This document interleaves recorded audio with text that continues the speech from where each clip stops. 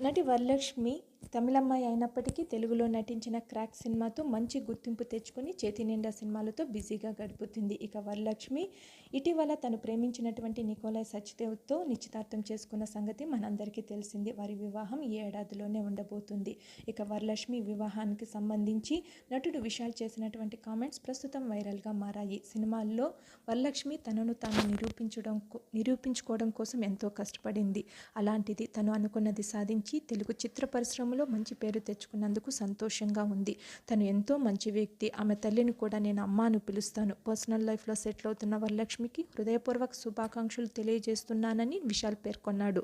కాగా గతంలో వరలక్ష్మి విశాల్ ప్రేమించుకున్నట్లు వార్తలు వెలువడ్డాయి. అంతేకాకుండా వారు వివాహం కూడా చేసుకోబోతున్నారని చెప్పి ప్రచారం జరిగింది. కానీ తమ మధ్య స్నేహం తప్ప ప్రేమకు చోటు లేదని విశాల్ క్లారిటీ ఇచ్చాడు.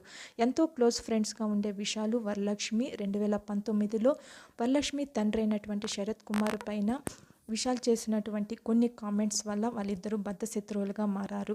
అయితే ఈ సమయంలో విడిపోయిన వీరిద్దరూ మళ్ళీ ఫ్రెండ్స్ అయినట్లు కనిపిస్తుంది. మరిన్ని లేటెస్ట్ అప్డేట్స్ కోసం please subscribe my channel. Thank you.